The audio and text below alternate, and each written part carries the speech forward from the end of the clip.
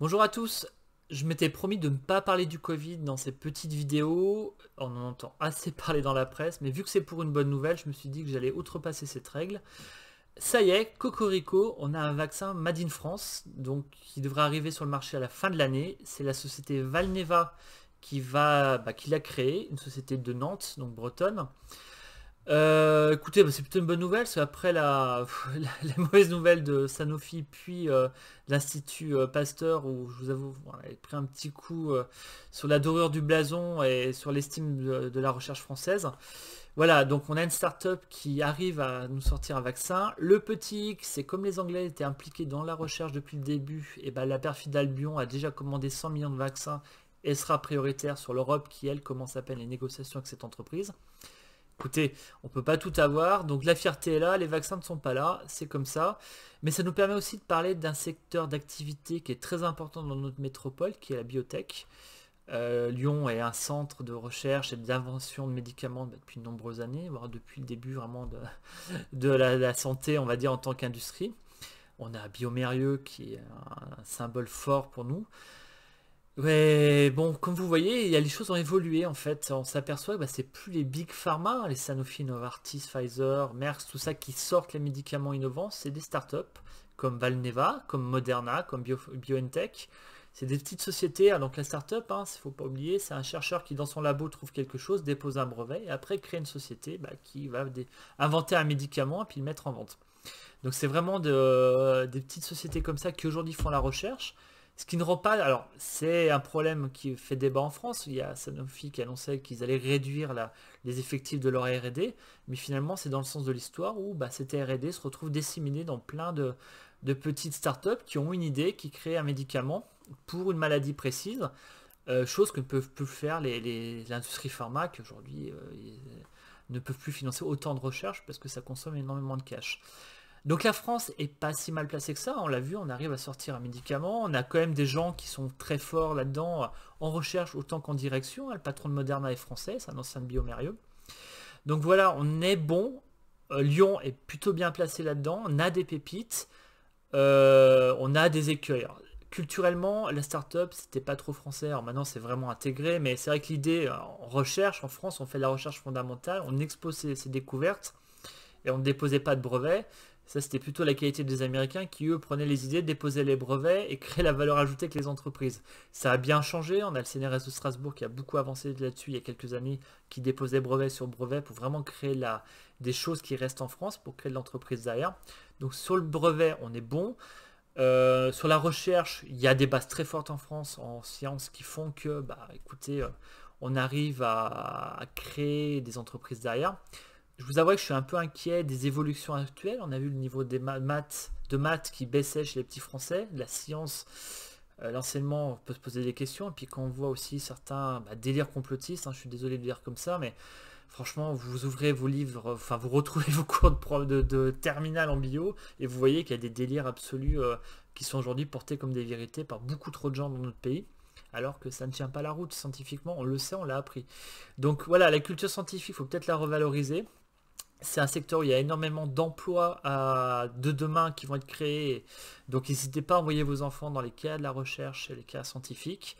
Moi, je pense réellement que c'est là que vraiment il y a l'avenir, l'ingénierie, la science. Moi, j'y crois beaucoup, que ce soit pour la santé ou l'environnement d'ailleurs. Voilà, donc ça, c'est la partie, on va dire, fondamentale qui permet le dépôt du brevet. Après, la France est aussi bonne sur l'amorçage des entreprises, c'est-à-dire que les capitaux initiaux qui permettent aux scientifiques qui a trouvé le brevet de créer sa start-up. On a BPI qui fait un très gros travail en France et surtout on a le crédit impôt recherche qui fonctionne à merveille. C'est un outil de compétitivité pour la France qui est énorme. Alors, par pitié en 2022, personne n'y touche au niveau du présidentiel. Laissez-le comme il est, ça fonctionne très bien. N'essayez même pas de l'améliorer, je serais tenté de dire, parce que quand on améliore en France, ça a tendance à dégrader la situation. Donc on le laisse comme c'est, ça marche bien, ça permet aux entreprises de créer de la valeur, de déposer des brevets, de faire de la recherche. Continuons comme ça. Où on a un peu plus de mal, c'est pour la phase après. C'est-à-dire que pour créer un médicament, c'est une dizaine d'années de la recherche. C'est des gens avec des salaires élevés. Je sais, des chercheurs, des gens comme ça, c'est pas du. Enfin, pas payés au SMIC, ça coûte cher, donc c'est beaucoup de cash qui est consommé, et c'est des sociétés qui ont besoin pour trouver mettre un médicament sur le marché de dizaines de millions, voire de centaines de millions d'euros. Donc c'est très cher. C'est pour ça que les big pharma n'arrivent plus à financer autant de recherche, parce que ça coûte énormément. Donc nous, la difficulté qu'on a, c'est faire de nos startups des grandes entreprises ou des entreprises capables de vendre un médicament. Il faut bien savoir que le sort des startups aujourd'hui, majoritairement, c'est ou le rachat par un gros, donc qui lui sera capable de vendre le médicament. C'est ce qui est arrivé à BioNTech, hein, qui est allié avec Pfizer. Donc c'est Pfizer qui fabrique et distribue le médicament. BioNTech a fait que la recherche et la création du médicament. C'est un peu un souci pour nous, ça. Parce que, bon, j'en parlerai un peu après. Donc il y a cette solution là, donc le rachat ou la vente de la licence, qui en gros vous vendez le mode d'emploi pour fabriquer le médicament à une société. Donc vous gardez votre indépendance, mais votre médicament est construit et fabriqué et vendu par un gros. Voilà.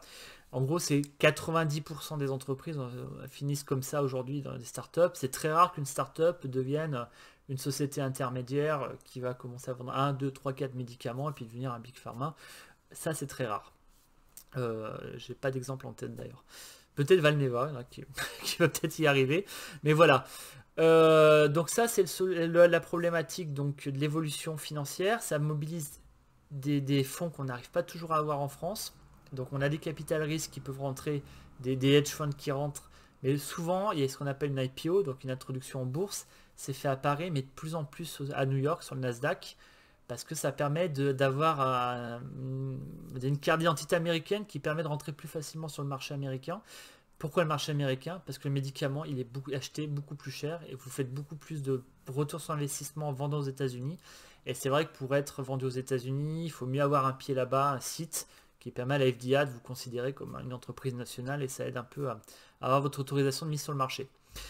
Ça pose un autre problème, c'est que les sociétés qui font cette démarche-là sont beaucoup plus visibles par les grosses industries pharmaceutiques américaines, se font racheter, et la création de valeur qui est faite par ce rachat, on voit que BioNTech a été racheté par Pfizer, ça permet à tout l'écosystème américain de faire encore rentrer de l'argent, d'être encore plus compétitif sur les rachats d'entreprises. En gros, c'est un cercle vertueux qui se met en place, qu'il faut absolument qu'on arrive à mettre en place en France, pour garder nos entreprises, garder nos brevets, garder notre recherche et créer de la valeur qui permettra de continuer à créer des startups et compagnie. Donc c'est un gros défi. Il y a aussi un autre défi qui pour moi est sociétal, qui est la vision que les gens ont de la science et avec le fameux principe de précaution. J'ai l'impression qu'aujourd'hui on a trop peur de la science, qu'on prend trop de précautions vis-à-vis des innovations technologiques. On le voit avec l'ARN, ça a quand même posé pas mal de questions. Alors que c'est un progrès énorme au niveau, d'ailleurs c'est un progrès qui à la base est français, au niveau du fameux ciseau à ARN. Mais voilà, il faut réellement qu'aujourd'hui on remette en cause cette vision qu'on a de la science et ce principe de précaution qui nous bloque sur trop de recherches et qui fait que certains de nos scientifiques préfèrent partir ailleurs pour être mieux reçus, pour avoir plus de financement et puis être dans une ambiance qui est beaucoup plus, on va dire, pro-technologique que la France est en train de devenir.